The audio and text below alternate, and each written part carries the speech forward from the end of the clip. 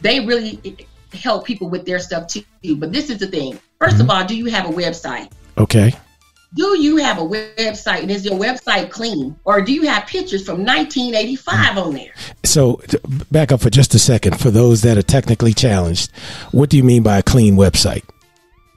In other words, is the website up to date? Or when I put it in a browser, did an arrow come up? An error come. I'm trying to find the website and the error. You didn't pay. Okay. You had to pay. That's one. Every legit business needs a website. Okay. That's first things first.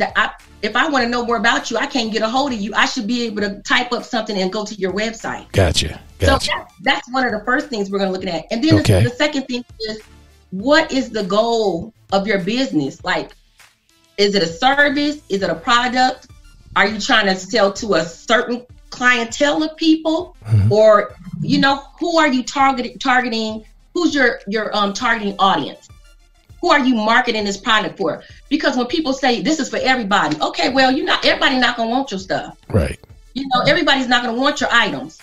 Everybody's not. I promise you, everybody is not eating Glory canned greens. Right. They're not eating Glory canned greens. Everybody's not eating. I'm not. Absolutely not. And to make sure that they have, what is their presence like on social media? Because it has taken over. There are so many social media platforms. What does your presence look like? And you all will have the expertise to. Are you actually going to be counseling them on their websites, or are you going to help them produce their website, or all the above? Well, for a small fee. Sure. Right. Honestly, we can do some things for a small fee, and other than that, we can direct them to the right place. This is the thing. Anybody that has a business, you already know you have to invest in yourself. That's right. If you're not investing in your own business, you can't expect anybody else to invest in it. Right. And so the first thing, we can point you in the right direction. And when we see that you're serious about what you're doing, let us meet you halfway and help you get to the next level. But we don't need to come in and you set up under a tent on MLK talking about, I'm trying to sell these candles. Right. That's not going to work. I need more. Right. I need more. I need more. So there's some basic expectations that you're going to expect your potential clients to have. So one is they've got to have certain foundations. They have a clean website. And again, just so folks know, that means that you can access it. At first, I thought you just taking out the butt pictures or something like that. But, you get it. So all that stuff is taken down off your website. Shannon got 12 more minutes before she go to bed. Oh yeah, let me hurry up because she's getting ready to go to bed. That's right. I'm sorry, Shannon. Lord have mercy. I'm cutting to her nap now. Is she up? Is she awake? I'm here. Come on, LS. I'm gonna need you to hold on, sister. Hold on. Shannon, you there? Yes, I'm here. Oh, there she is. Okay. All right. I was just checking. We had to make sure she was there. And alert and ready. Okay. Just want to make sure You know what? The other piece of what you all do that's good for a business like Chief was talking about, someone who may not, who may be starting and doesn't know what's going on, or may be new to the area, that you all are already plugged in, that you all are already like a lot of the other businesses and who's doing what. So you all are good connectors as well.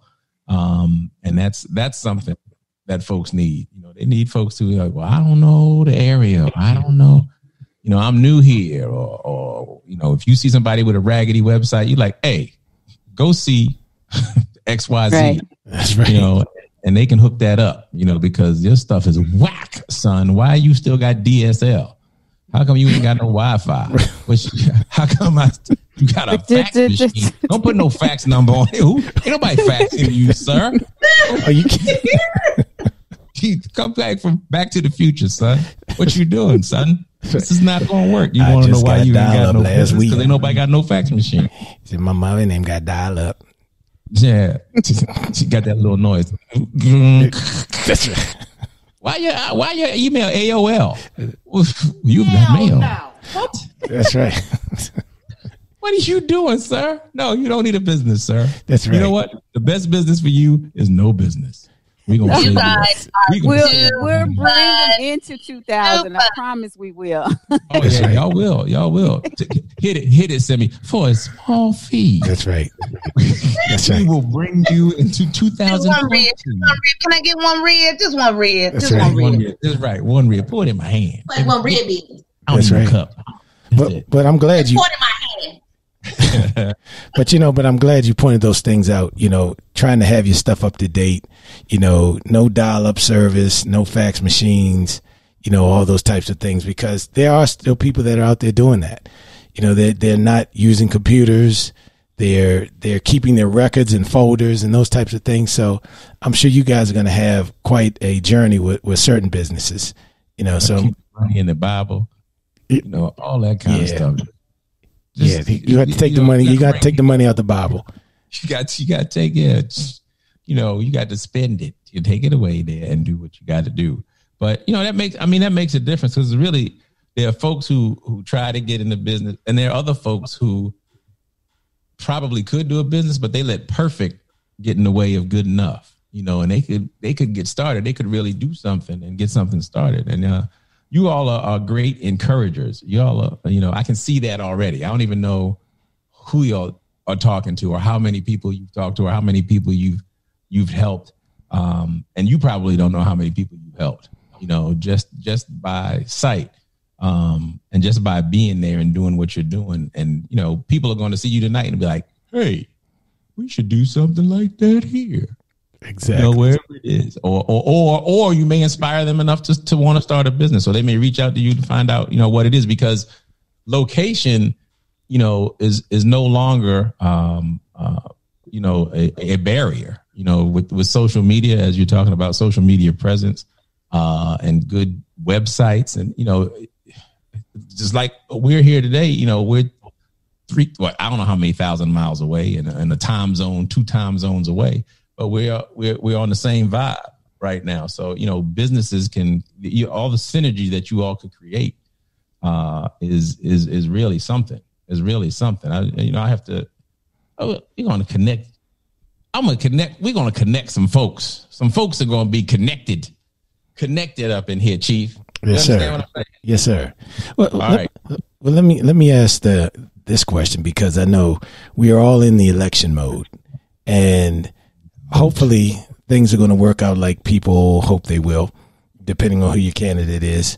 But assuming that the power structure doesn't change, what types of challenges do you see for African American businesses, and how do you plan to help work through those particular challenges that you might see down the road? Shoot, man, you don't change. Right.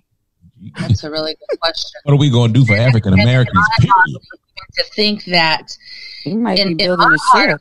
I feel that there is a shift, and I honestly feel that the shift of all of us going to the polls, that we do pass on to another presidency, that we have another president. I honestly just feel we've had enough, and we've seen enough of what has occurred with this president. And so my hopes is that even if he stays there in the White House, oh God, it does not affect the economy that the way that it can. Now, we think Black Lives Matter was a movement. I do believe that him staying in the White House one more term, it is going to be an uproar in the United States of America. I just really see that. Now, your question being, what is that going to do to businesses and things of that nature? Mm-hmm. I can't predict that.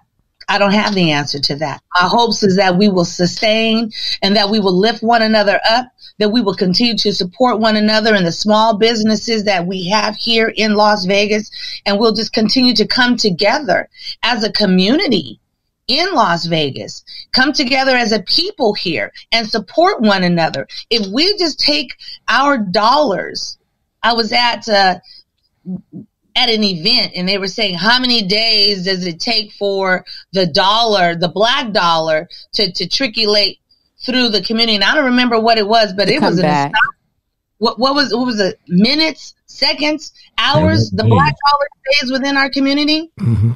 Right. It was astonishing. So my hopes is that if there is no shift, that we just come together and we support one another and we continue to help bring each other up in the community so that nobody falls behind. So no small businesses fall to the wayside and have to fold and close doors. I mean, look, and we keep putting it out there, but sugar daddies opened up during a pandemic. Mm-hmm. And I don't know what their monies and dollars is looking like, but we're coming together slowly but surely. And slowly but surely, Classic Jewel is coming back. Cork and Thorn is coming back. So slowly but surely, a lot of those businesses, our barbershops and our beauty salons and those people that have nail shops and technicians are finally coming back, and we are starting to matriculate or bring our monies back together. And do you see a lot of support for Black businesses, not only in Las Vegas, but talking to your compatriots around the country?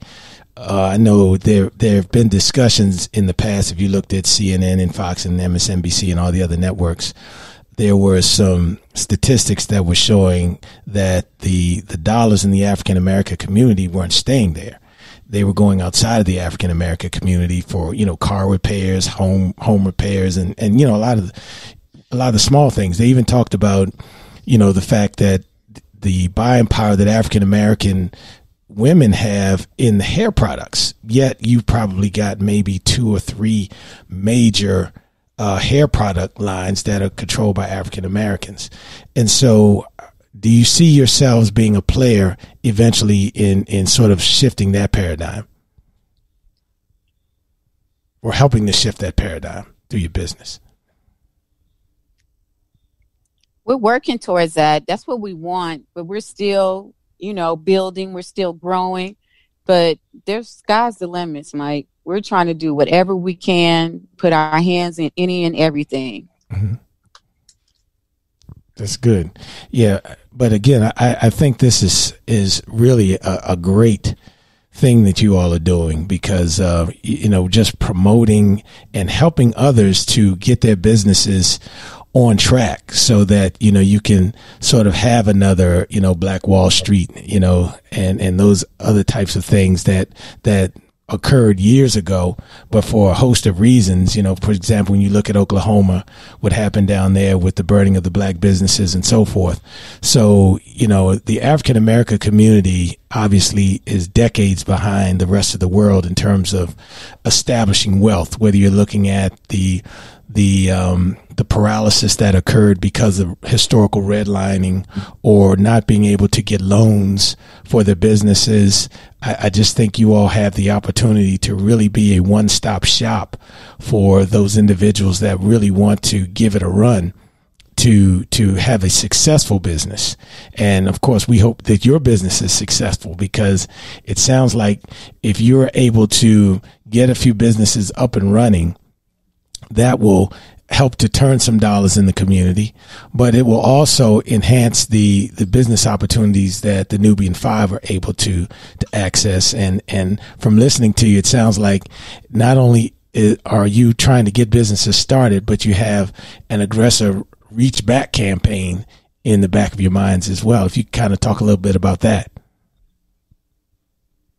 And when you say aggressive reach back, you're talking about in terms of how we give back to the community. Absolutely. Yes, absolutely. And this is the thing, just in the Black community, just in history, when Black people are successful, they always teach their children, don't forget where you came from.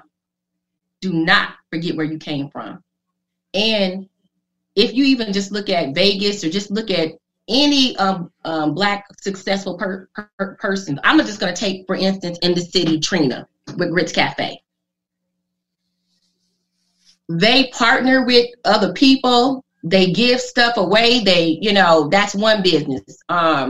There's so many businesses like that. So you cannot be successful, to me. You cannot be successful only helping businesses on a certain level, at some point you got to go back into your community and teach them what you've learned.